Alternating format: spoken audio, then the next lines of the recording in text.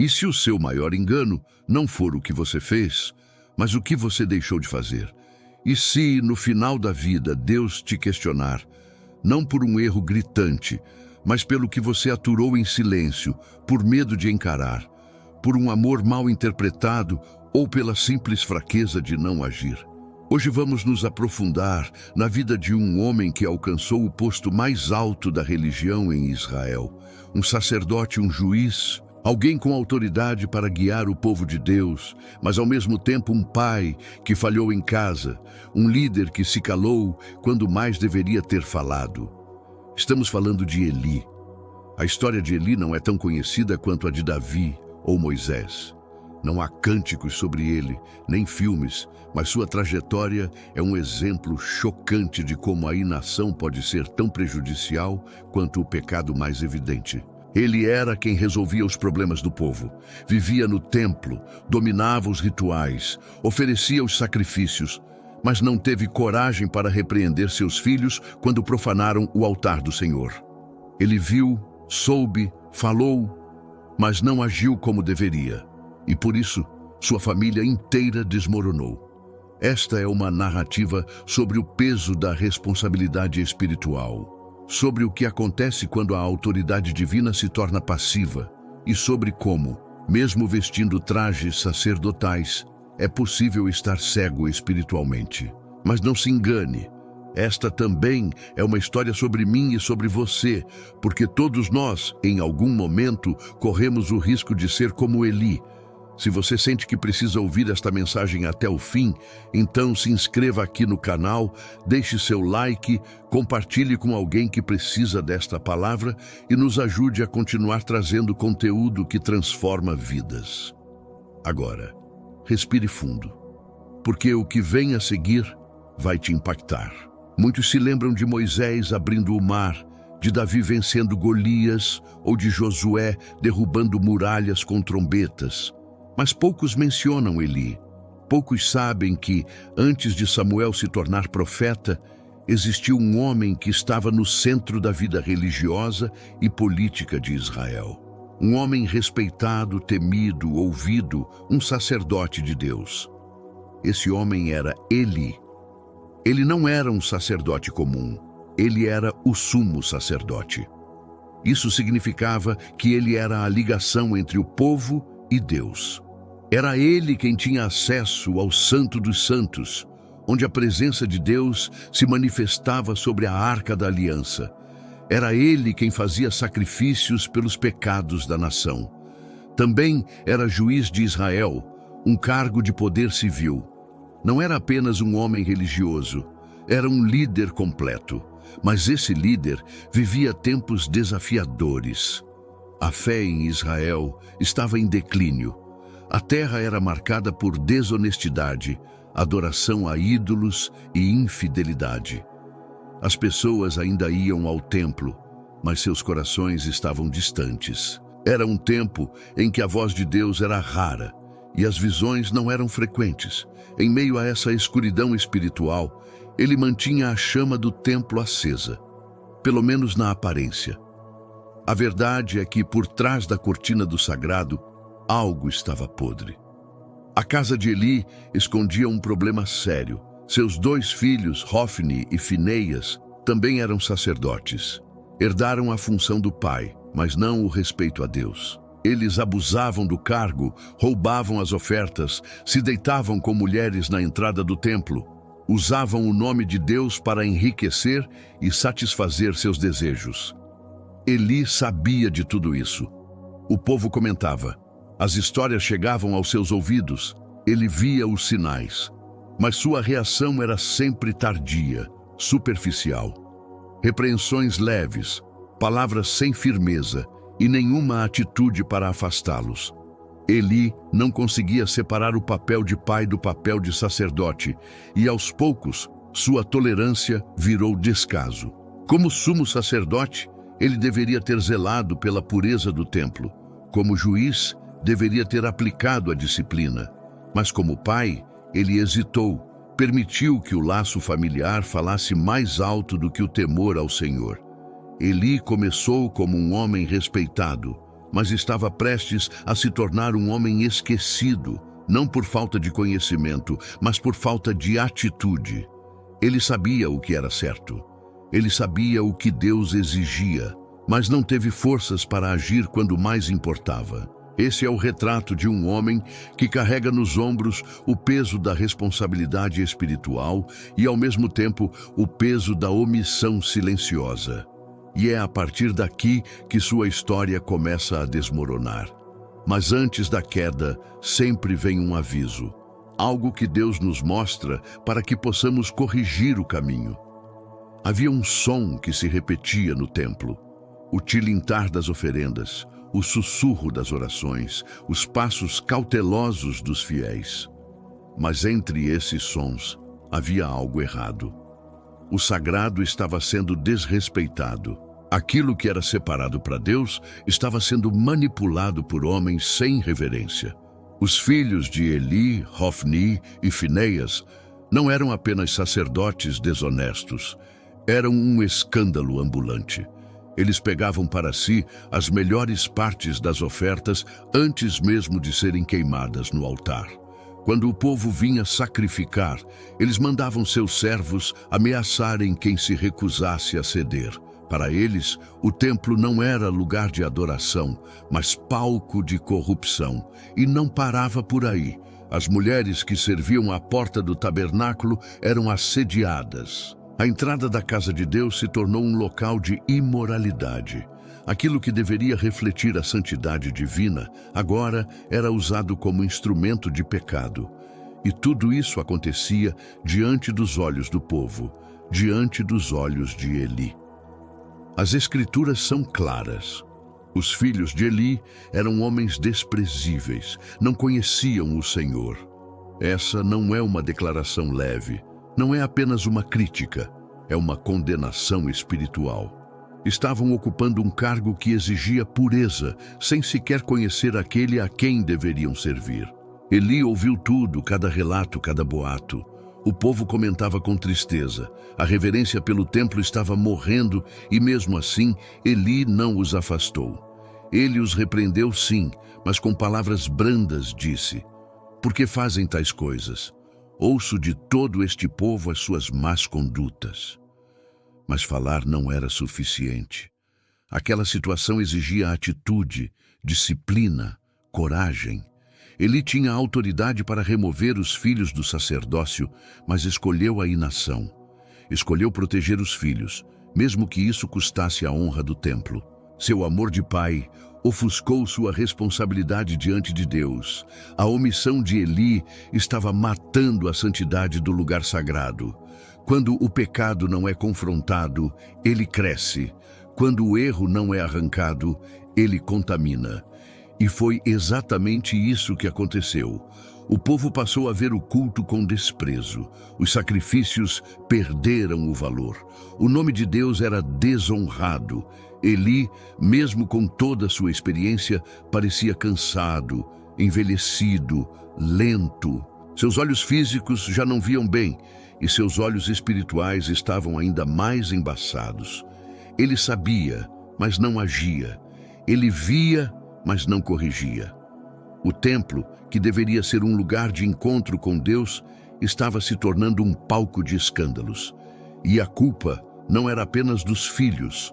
A responsabilidade recaía sobre quem permitiu que o sagrado fosse corrompido sem resistência. Este capítulo da vida de Eli é difícil de ser lido porque ele nos lembra que não basta ser sacerdote, é preciso ser fiel. Não basta estar no templo, é preciso honrar aquele que habita nele. Mas Deus não ignora o que acontece em seu altar, e quando a santidade é violada, ele se manifesta. A essa altura da história, o clima espiritual de Israel estava cada vez mais tenso. O templo, que deveria inspirar reverência, agora gerava comentários em voz baixa, olhares desconfiados e uma fé pública em ruínas. E no centro de tudo isso estava ele, o sacerdote, o juiz, o pai. Sua postura diante do pecado dos filhos já havia sido exposta. Palavras suaves, quase nenhuma ação. Mas agora vemos as consequências espirituais dessa omissão se aprofundarem. Eli se tornou o retrato de uma liderança que se acomoda, que observa o erro, mas prefere não se envolver a fundo. Ele estava velho. Seus olhos físicos já não enxergavam bem, e isso era um reflexo de sua visão espiritual. O discernimento estava turvo. Ele não via mais o templo com os olhos do zelo e do temor, mas com os olhos da rotina. O altar deixou de ser altar, virou paisagem, e o pecado, que antes deveria ser combatido com fervor, agora era aceito com resignação. É nesse cenário que surge um pequeno raio de esperança. Um menino chamado Samuel, ainda pequeno, entregue por sua mãe Ana ao serviço do templo. Ele começou a crescer diante de Deus e dos homens, mas nem mesmo essa nova presença no ambiente sagrado parece despertar em Eli o senso de urgência. Ele vê Samuel, mas continua preso à sua apatia. O silêncio de Deus, que já era pesado sobre a nação, começa a fazer sentido. O sumo sacerdote não ouvia mais, não apenas por causa da idade, mas porque o coração se acostumou com o barulho do pecado. Eli, com tantos anos de ministério, estava espiritual e emocionalmente esgotado e, por isso, permitiu que a autoridade se tornasse passiva. Ele repreendia os filhos com discursos que pareciam mais desabafos de um pai impotente do que declarações de um líder com poder. Dizia: "Não é bom o que ouço sobre vocês." Mas o que isso produzia? Nada, porque não havia consequência. E onde não há consequência, o erro se multiplica. A autoridade espiritual exige mais que palavras, exige coragem para agir, para cortar, para disciplinar. Eli conhecia as leis, sabia exatamente o que a Torá prescrevia para sacerdotes que desrespeitavam o culto, mas no fundo havia medo. Medo de perder os filhos, medo de se tornar impopular, medo de ser odiado por quem ele mais amava. O problema é que, quando tememos as pessoas mais do que a Deus, perdemos o direito de representá-lo. E foi isso que aconteceu. Eli ainda vestia a túnica do sacerdote, mas já não carregava o peso da autoridade espiritual. Ele ainda falava, mas o céu já não respondia por ele. Este capítulo da vida de Eli é doloroso, porque revela que o declínio espiritual nem sempre é marcado por grandes quedas. Às vezes é silencioso, gradual, feito de pequenas concessões. Um olhar ignorado aqui, uma palavra não dita ali, um erro varrido para debaixo do tapete, até que o sagrado se torna comum e o comum aceitável. E quando a autoridade se torna passiva, Deus começa a buscar quem ainda o ouça, alguém disposto a obedecer. E mesmo que Samuel ainda seja apenas uma criança, ele começará a ouvir aquilo que Eli deixou de escutar. A paciência divina tem limites, e quando o altar é desrespeitado, o povo se corrompe e o líder se cala, Deus levanta sua voz. Não por meio de trovões ou terremotos, mas por uma boca inesperada, um profeta anônimo enviado diretamente a Eli. A visita não é formal, é uma denúncia, um chamado à prestação de contas. O profeta vai direto ao ponto, sem rodeios, sem negociar palavras. Ele confronta o sacerdote com a autoridade celestial. Assim diz o Senhor. Ele relembra a Eli o privilégio de sua família, a escolha divina que o colocou diante do altar. Deus havia confiado a ele e a seus descendentes a honra de servi-lo para sempre, mas essa promessa agora estava sendo retirada. Por quê? Porque Eli honrou mais seus filhos do que ao Senhor. Porque permitiu que eles se beneficiassem das ofertas enquanto ele cruzava os braços. A palavra de Deus não vem com meias palavras. Aqueles que me honram, eu honrarei, porém os que me desprezam serão desprezados. Essa é uma das declarações mais fortes das Escrituras, e ela não foi direcionada a um perverso do mundo, mas a um sacerdote, a um homem que conhecia profundamente a lei, os sacrifícios, os rituais, mas que havia perdido o respeito a Deus. O julgamento anunciado é pesado. A casa de Eli deixará de ter o sacerdócio. Seus descendentes morrerão jovens. Haverá luto, haverá vergonha, e para que não restem dúvidas, o profeta anuncia um sinal. Seus 2 filhos, Hofni e Finéias, morrerão no mesmo dia. Será a prova de que Deus falou e vai cumprir. Imagine o peso dessa palavra sobre Eli, um homem já velho, cansado, ouvindo da boca de um estranho aquilo que o céu já gritava há tempos. Mas ao invés de clamar, jejuar, se jogar no altar em arrependimento profundo, Eli silencia. Seu coração já se conformou, ele apenas aceita. É o Senhor.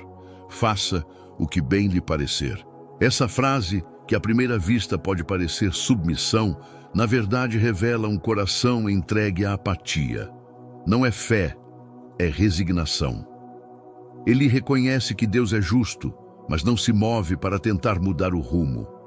Não há clamor, não há urgência, não há lágrimas. A autoridade que antes julgava Israel, agora parece incapaz de julgar a si mesma.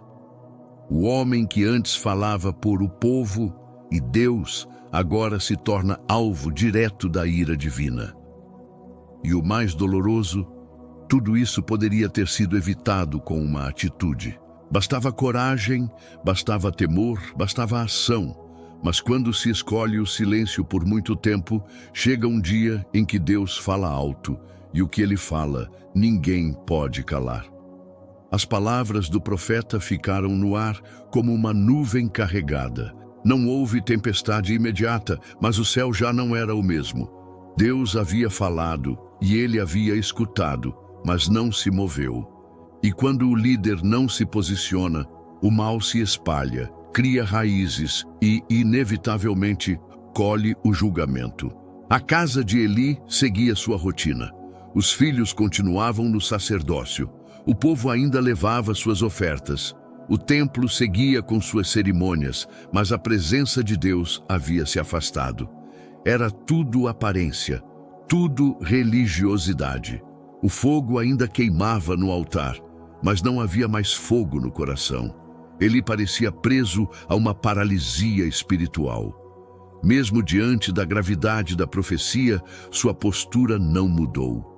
Nenhuma tentativa de restaurar a ordem, nenhum jejum, nenhuma convocação ao arrependimento. Ele aceitou o veredito como alguém que já havia desistido de lutar. Sua fé não era mais viva, era uma conformidade apática. Essa atitude revela algo perigoso. Quando nos acostumamos com o erro, começamos a chamá-lo de normal. Quando deixamos de reagir ao pecado, abrimos espaço para que ele se torne rotina. E o templo, antes lugar de adoração, vira palco de omissão. É exatamente nesse contexto que o juízo começa a se cumprir. Israel entra em guerra contra os filisteus, uma guerra espiritual, moral e literal. O povo estava distante de Deus, mas ainda acreditava que poderia manipulá-lo. Na esperança de vencer, eles decidem levar a Arca da Aliança ao campo de batalha, como se a presença de Deus pudesse ser usada como um amuleto. E quem carrega a arca? Hofni e Finéias, os mesmos que desonraram o altar, agora são os representantes da glória divina em meio ao povo. Uma afronta direta ao sagrado, uma tentativa de usar o nome de Deus sem santidade. Eli, ao saber dessa decisão, não protesta, não tenta impedir. Ele observa, permanece em silêncio. Sua passividade agora atinge o ponto máximo. O mesmo homem que conhecia profundamente a santidade da arca permite que ela seja levada por mãos impuras. O resultado é trágico. No campo de batalha, os filisteus triunfam.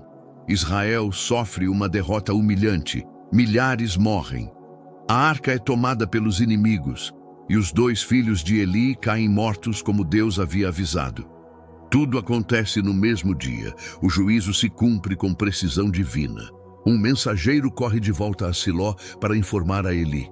Ele estava sentado à porta esperando notícias, não pelo exército, não pelos filhos, mas pela arca. E quando ouve que a arca de Deus foi tomada, seu corpo não suporta. Eli cai da cadeira para trás, quebra o pescoço e morre. Assim termina a vida de um sacerdote que sabia tudo sobre Deus, mas falhou em temê-lo verdadeiramente. A Bíblia registra que Eli estava velho e pesado, uma descrição física, sim, mas também simbólica. O peso não era só corporal, era espiritual. O peso da omissão, o peso da responsabilidade negligenciada, o peso de uma liderança que deixou o mal florescer dentro do templo. Esse é o silêncio que Deus não tolera. O silêncio de quem foi chamado para proteger, para ensinar, para corrigir e preferiu se calar. O silêncio de quem sabia o que era certo, mas se escondeu atrás do medo, da conivência, da rotina. E quando o silêncio do homem é persistente, a voz de Deus se levanta em juízo. Porque o Senhor é paciente, mas não é indiferente. Ele é misericordioso, mas também é justo. A tragédia de Eli nos ensina que a pior consequência da omissão não é a queda em si, mas o fato de que ela poderia ter sido evitada. O dia que Eli tanto temia chegou, mas ele não chegou com trovões ou sinais do céu. Ele veio silencioso, como o desfecho inevitável de uma história escrita com omissões. Israel estava em guerra. A arca havia sido levada para o campo de batalha. E agora, o destino de uma nação e de uma casa sacerdotal estava prestes a ser selado. A notícia correu como fogo entre os campos. A derrota foi esmagadora. 30.000 soldados de Israel caíram diante dos filisteus. O exército foi desbaratado. Mas pior do que isso, a Arca da Aliança, símbolo da presença de Deus entre o povo, foi capturada. Hofni e Finéias, os filhos de Eli, morreram ali mesmo, como o Senhor havia declarado. A imagem é devastadora. Aqueles que se consideravam intocáveis por causa de sua posição religiosa foram abatidos no campo de batalha. A arca, a mesma que um dia atravessou o Jordão em terra seca, que derrubou muralhas, que representava o trono de Deus, agora estava nas mãos dos inimigos. Era como se a glória tivesse ido embora. Eli, já velho, estava sentado à porta da cidade esperando notícias. Não por acaso. A Bíblia destaca que seu coração tremia não pelos filhos, mas pela arca. Ele sabia que havia permitido que o sagrado fosse tratado com banalidade. Ele temia não pela perda pessoal, mas pela perda espiritual. No fundo, ele compreendia o peso do que havia acontecido. O mensageiro chega ofegante, coberto de pó. Ele relata o massacre. Israel fugiu diante dos filisteus. Houve grande mortandade. Teus filhos morreram e a arca de Deus foi tomada. Essas palavras atravessam o coração de Eli como uma espada. Ao ouvir que a arca foi levada, ele cai da cadeira, quebra o pescoço e morre. Um fim trágico, mas profético, porque quem carrega a glória de Deus com descaso, uma hora é esmagado pelo peso dela. O texto bíblico diz que Eli tinha 98 anos, era pesado e cego. 3 descrições com forte simbolismo. Idade, o tempo de agir já havia passado. Peso, o fardo das decisões acumuladas. Cegueira, a incapacidade de enxergar além das aparências. Assim termina a vida do sumo sacerdote de Israel.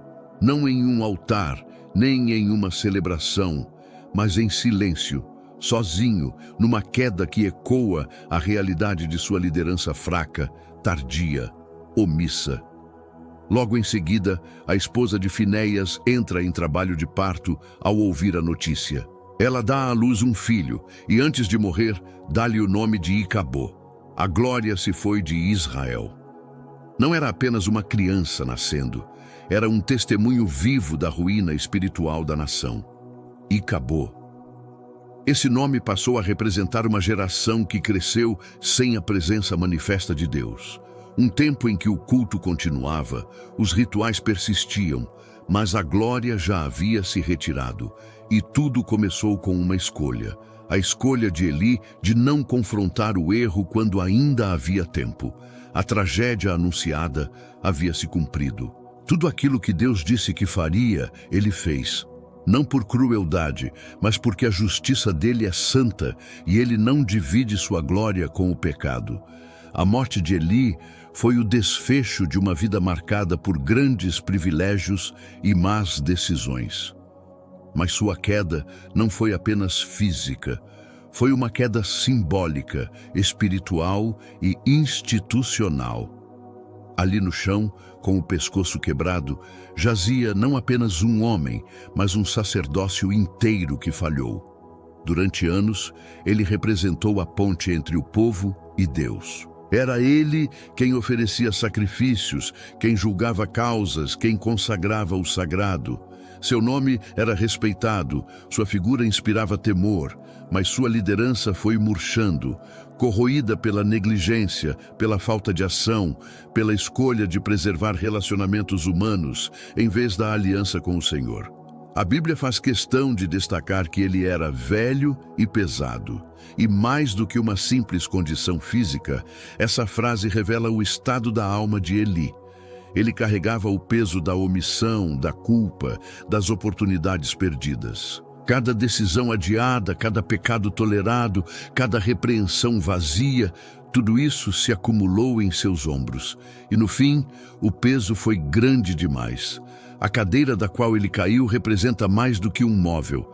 Ela era símbolo de autoridade, de julgamento, de liderança. E ao cair dela, ele também caiu da posição de referência espiritual. A queda física foi só o reflexo da queda que já havia acontecido dentro dele muito antes. Não há registros de lamentações públicas, nem de homenagens solenes. Eli não teve o luto de um herói, nem o reconhecimento de um mártir. Sua morte foi silenciosa, como havia sido sua liderança nos últimos anos. O sacerdote que falava com Deus agora estava em silêncio diante dele. A nação, por sua vez, mergulhava em um vazio espiritual. A arca havia sido levada, a glória se fora e o sacerdote caiu. 3 pilares de sustentação ruíram em sequência. Era como se Deus estivesse dizendo: basta, eu não compactuo com o pecado, mesmo entre os meus. Mas em meio à dor, a história de Eli deixa marcas profundas, porque ela não é apenas um relato antigo, é um espelho. Quantos hoje estão sentados em cadeiras de autoridade, mas com corações adormecidos? Quantos têm cargos espirituais, mas perderam o temor, a vigilância, o zelo? A queda de Eli nos lembra que o que sustenta um ministério não é a posição, nem a antiguidade, nem o prestígio. É a obediência, a fidelidade, o compromisso diário com a santidade. Eli caiu porque já havia deixado de lutar, porque trocou o confronto necessário pela paz aparente, porque preferiu o silêncio à correção, porque esqueceu que servir a Deus é um chamado que exige entrega até o fim. A história não termina bem para ele, mas ela pode terminar diferente para aqueles que escolhem aprender com seus erros, que não aceitam a rotina fria, que não toleram o pecado camuflado, que se levantam da cadeira antes que seja tarde. A história de Eli poderia ser apenas mais uma entre tantas narrativas do Antigo Testamento, mas ela ecoa com força em qualquer geração, porque ela fala sobre liderança, responsabilidade, família, espiritualidade e silêncio. Um silêncio que mata. Ele não foi um homem mau. Ele não construiu ídolos, não perseguiu profetas, não se rebelou contra Deus, mas foi omisso. E a omissão, quando ocupa o lugar da coragem, se torna cúmplice do erro. Seu legado não foi de milagres, nem de conquistas. Foi um alerta, um grito sussurrado nas entrelinhas do texto bíblico. Cuidado para não ser como Eli, cuidado para não carregar um título e perder a essência, para não vestir uma túnica sacerdotal com um coração distante de Deus. A história de Eli nos lembra que não basta estar em posição de autoridade espiritual. É preciso estar em comunhão com o Espírito de Deus. Não basta conhecer a palavra, é preciso praticá-la. Não basta ter começado bem, é preciso terminar com fidelidade. Ele começou com zelo, mas aos poucos se acomodou, tolerou, silenciou. A chama foi se apagando. O peso da idade talvez o tenha cansado fisicamente, mas foi o cansaço espiritual que o derrubou de fato. E quantos hoje estão assim, vivendo da memória do que já foram, mas sem a presença viva do que deveriam ser? Esse legado nos obriga a uma autoanálise. Será que temos deixado o pecado habitar sob nosso teto por medo de confronto? Será que temos aceitado a paz aparente em vez da verdade que liberta? Será que Deus está tentando falar, mas não o ouvimos mais porque nos tornamos pesados, lentos, insensíveis? O altar de Eli foi profanado porque ele deixou. A santidade foi desrespeitada porque ele não interveio. E no fim, a glória se foi, não por vontade de Deus, mas porque não havia mais espaço para ela ali. Mas a boa notícia é que ainda há tempo para mudar. Eli nos serve como alerta, mas também como convite. Convite ao despertar, ao arrependimento, à reconstrução da reverência. Ainda há tempo de levantar da cadeira, de se posicionar, de reacender o fogo no altar. Deus continua buscando corações disponíveis, homens e mulheres que não se escondem atrás de cargos, mas se expõem diante do trono, que não temem a rejeição dos homens, mas tremem diante da palavra do Senhor. Que o legado de Eli nos leve ao arrependimento. Que sua queda nos ensine a vigiar, que seu silêncio nos inspire a falar, e que sua história nos lembre que o sacerdócio não é um posto, é uma responsabilidade sagrada. A jornada de Eli termina em silêncio, um silêncio que não ecoa arrependimento, mas conformismo. Um silêncio que não clama por misericórdia, mas aceita o juízo como destino. Eli não caiu por não saber o que fazer. Ele caiu por não fazer o que sabia que era certo. Essa história nos confronta com uma verdade dura. Há momentos em que Deus deixa de falar, não porque desistiu de nós, mas porque nos calamos diante dele por tempo demais. O silêncio do céu, às vezes, é apenas o reflexo do nosso.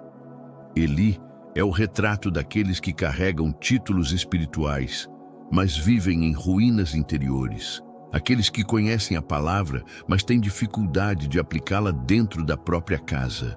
Aqueles que perderam a sensibilidade, que confundem rotina com fé e que se acostumaram com um altar apagado. Mas Deus ainda fala, ainda chama, ainda levanta pessoas com coragem para se posicionar. Que essa história nos sacuda, nos leve à oração, nos faça rever nossas prioridades, porque o silêncio de Eli não pode se repetir em nossa geração. Se essa mensagem falou com você, se inscreva no canal, deixe seu like, compartilhe com alguém que precisa ser despertado e nos ajude a continuar espalhando a palavra de Deus com profundidade, verdade e amor. Que a queda de Eli sirva para nossa edificação e que o nosso fim não seja marcado pelo silêncio, mas pela fidelidade.